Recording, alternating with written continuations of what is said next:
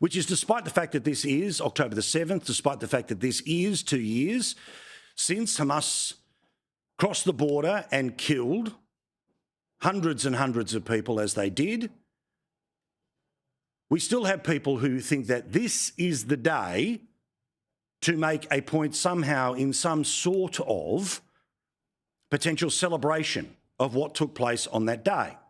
Now, in the 2 years since, the response from Israel has produced weekly protests, but the decision to do so on this day cannot be read in any other way than obviously provocative. To me, there is no question about the emotional intent of taking a day where the globe will forever remember the actions of Hamas on that day and turn it into anything other than a condemnation of those actions on that day. Well, tonight there has been quite a few people that have gathered in Bankstown in Sydney's west. This is a place where, as we get the tape in, I'll turn it around as fast as possible for you, but some pretty and obviously inflammatory things have been said in and around this particular rally. There's plenty of stuff that people are seeing on social media. I will save you from the worst of it for the most obvious of reasons. Now, while they will claim that their gathering is in support of the people who have been affected by the consequences of what Hamas did 2 years ago, again, I view it through the lens that this far away, that this is the day not for such moments, which is why comments like this are particularly provocative, and we will discuss a lot tonight. This, October the 7th, was what was being said in Sydney. One day we will see Zionism in its entirety to be known like the Nazi regime that came before us. We will discuss more a little later. I have no doubt you have thoughts. I share them. Send the emails, paul@skynews.com.au. More on that in a couple of minutes' time. But back to the theme of treating people like mushrooms, keeping them in the dark and feeding them, well, you get it. Prime Minister has perfected this over the past 3 years as the Prime Minister. This is the Prime Minister who also is fighting endlessly to keep more information secret from the Australian public. He's doing so with an Attorney General who, remember, wanted to censor the internet. Now, they say it was in the form of misinformation. But of course, we know that Michelle Rowland, who is now the Attorney General, the former Communications Minister and the Prime Minister, in part, what they wanted to do was to rule comment that they don't like as misinformation, and that misinformation would then be punished by not being able to be published. That was their plan. Thankfully, we defeated it. But there is a new game being played right now, which is that this federal government, the one that wanted to censor the internet, is now trying to make it even harder to find out what government is doing now. Not when the cabinet documents get released in 20 and 30 years when nobody remembers, but people who want to get freedom of information requests to know what government is doing now. Because, of course, what we see is the spin. What we see is what they want us to see. And one of the key ways of being able to work out what they are really doing behind the scenes is using this system of freedom of information to try to learn more about what's happening behind the scenes. Well, today, several groups are joining what we have been saying for months, which is that this is a disgrace. Supposedly, the party that was going to be more transparent is becoming more opaque by the day. So they want to shut down the access to the information. Well, today you also saw in real time how the mushroom theory works. This time, when it comes to the brides of the caliphate, those who left this country to join the cult of ISIS, the one that wanted to establish the caliphate first in parts of the Middle East and then to seek to take it global, where the non-believer could be killed, where the infidel could be killed, when the most violent of deaths were filmed for propaganda and shown all over the world. Now, there have been many of these so-called ISIS brides who have sought to return home to Australia because their partners have been killed on the battlefield. In some cases, no doubt, there'll be people who were able to escape the control of ISIS or their former husbands. But one of the first acts that this Prime Minister and his government put in place when they were first elected a couple of years ago was to quietly welcome back the brides of the caliphate. There were concerns by local mayors that this could disrupt communities. Well, after the election has passed, here we go again. More of the brides of the caliphate. Some of the worst stuff we have ever seen when it comes to the crimes of ISIS. These people seek to return home. And the government believes that they have a right to return home, put simply because they are Australian citizens, and because they are Australian citizens, they are allowed to return. Now, first, the Prime Minister, when asked about this, is simply saying the government had nothing to do with their return. I refer to reports in The Australian that government officials are helping to bring ISIS terrorist brides to Australia. What actions has your government taken to guarantee the safety of Australians if these people return?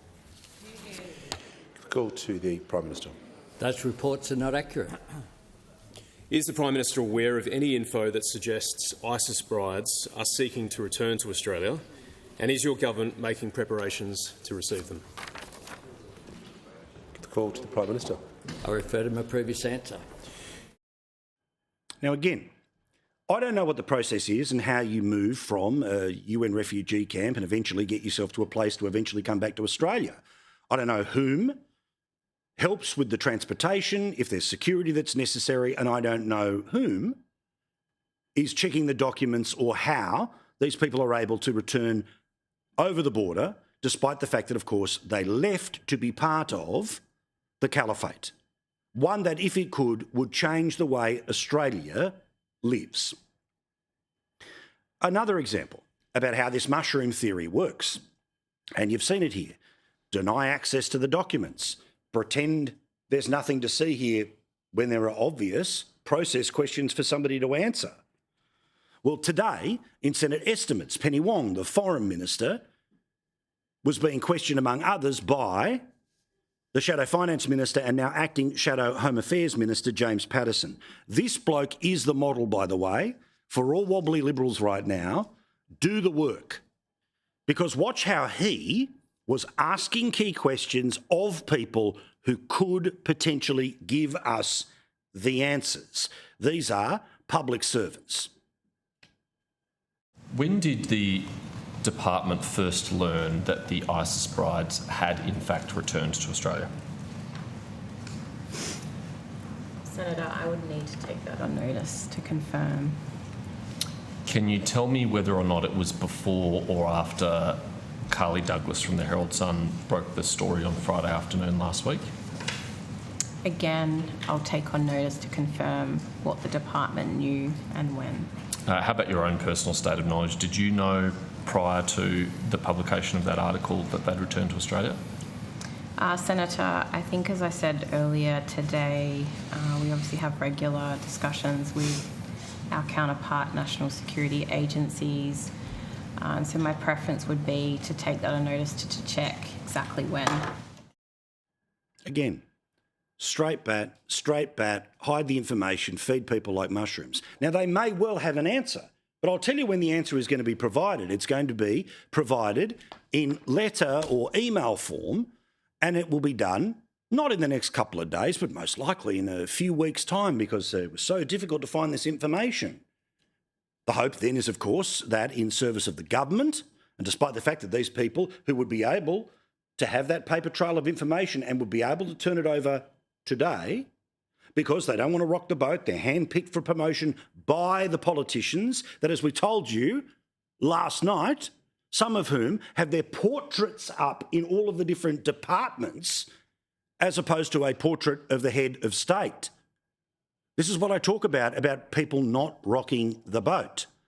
That's why you have to have processes like Senate estimates, where whether they like it or not, the boat's going to rock. Why you have to have freedom of information so that if there is a leak in the boat, we are able to find it. But Penny Wong, being a person who is used to spending the best part of 10 years on the other side in the James Paterson position of asking the questions, not her current position of working out how not to answer them, well, she stepped in to bail out the politicians. This has been something in the public arena and of which the government has been aware for some time, that there are individuals in the Syrian IDP camps, or formerly in the Syrian IDP camps, who have been seeking to return to Australia. Agencies have been monitoring them for some time and are aware of, where there are persons of interest, as I've said, they're aware of them. Thank you, but that's a different question, because obviously once they arrive back into Australia, several implications flow from that about monitoring and whether they can be charged and all sorts of things. Yeah. Simply knowing that people may wish to return to Australia and having actually returned to Australia very different. I think I used a very specific form of words deliberately, which is agencies have been monitoring these individuals for some time. Thank you, and we'll have questions for the agencies, but right now my questions are for PMC. And I'm saying she's taken it on notice. Thank you, I hear you, but I'm going to continue to persist with this because I think it's important to know whether or not PMC found out that these people were back into Australia from media reports or whether they found out from other means. So if you can't tell me when you found out, can you tell me how you found out? Senator, in regards to how we found out, I would also take that on notice.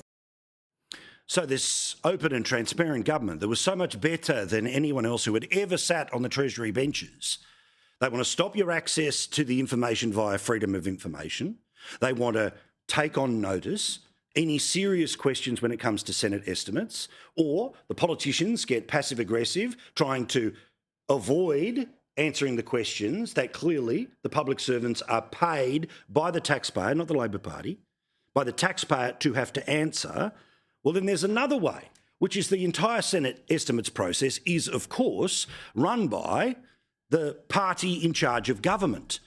Put simply, the Labor Party or their mates, the Greens, are the chair people, just to be nice and woke, the chairs of the Senate committees, which means they help decide how the meetings run.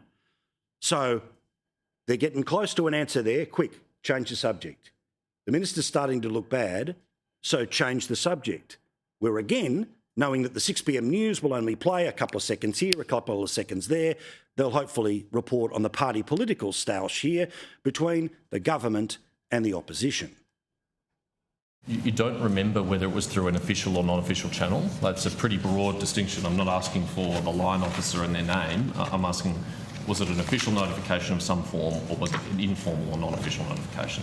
Senator Patterson, the witness has agreed to take the question on notice. Her answer will be what her answer will be. You can keep asking your questions. Thank you. But the witness will give you the answer that she sees as the appropriate, responsible answer for her position in this context, and that is the answer. Thanks, Chair. That was a completely unhelpful and unnecessary intervention. But thank you. It's my pleasure, Senator Patterson. My pleasure. I'm not being rude. I'm being factual. That was not helpful. No, it was rude. It was rude, Senator Patterson. Thank you. I don't need any assistance in asking questions. Very kind of you to offer, Chair, but you can ask your questions if you have them in. I'll ask mine. Is everyone in the opposition paying attention? James Paterson is showing you, do the work, know the questions, don't back down. For those of us in the public, again, trying to find the information, there's one last way that government tries to throw you off the scent, no matter how small or how pongy it happens to be, and we have to wait and see what the information is. It's when they just get personal. Now, you remember the Labor Party tactics that were deployed upon Linda Reynolds in and around All Matters to Do with that night in Canberra years ago. All of the huffing and puffing and, what are you saying and what are you... all the theatrics. Why? Because the camera gets drawn to it, which is why Penny Wong ends this little fact-finding exercise with a personal stab at James Paterson and anyone who wants to hold the government to account. The appropriate place for you to ask questions about details of that to get the information you require is Home Affairs. Not having individual officers of a department that is not responsible for this badgered, particularly while you're being rude to the chair, Senator. Thanks. So we are not. These questions are now being taken on notice. Senator Very clear. Wong, I will not be taking lectures or advice from you about decorum in these forums. I've observed you over a very long period of time being incredibly assertive with colleagues on this committee and witnesses. You are literally the last person I'll take advice from. So, Senator Patterson, I will just call. Why are you getting personal? You don't need to get personal. After you just. We are not getting. We're talking about the fact that I'm not going to have you badgering individual officers. I don't think that's fair. Now, you may disagree with me. That's fine. That is the position. We're taking these questions on notice. You can come to Home Affairs. I understand you're the acting Home Affairs shadow. Well, you've got plenty of opportunity to ask them the questions that are actually their responsibility. Well, they won't be able to tell me when PMC was notified because that's not their job. And so these questions... Senator Patterson, PMC have told you what they are going to tell you. They have taken a range of things on notice. And you are being rude, and it is unnecessary. You don't need to be like that.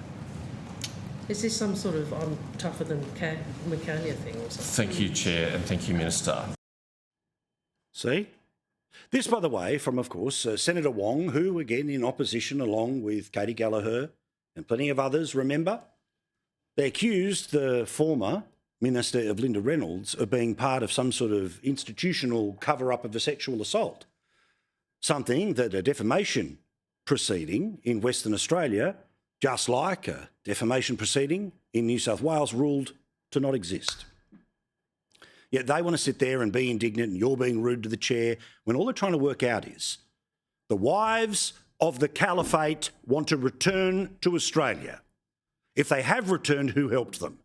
If they have returned, who is keeping an eye on them? If they have returned, what do they bring with them in terms of ideology, or what did they completely leave behind and become new upon their return? All fair questions, right? But watch how often they try to treat you like mushrooms, keep you in the dark and feed you that.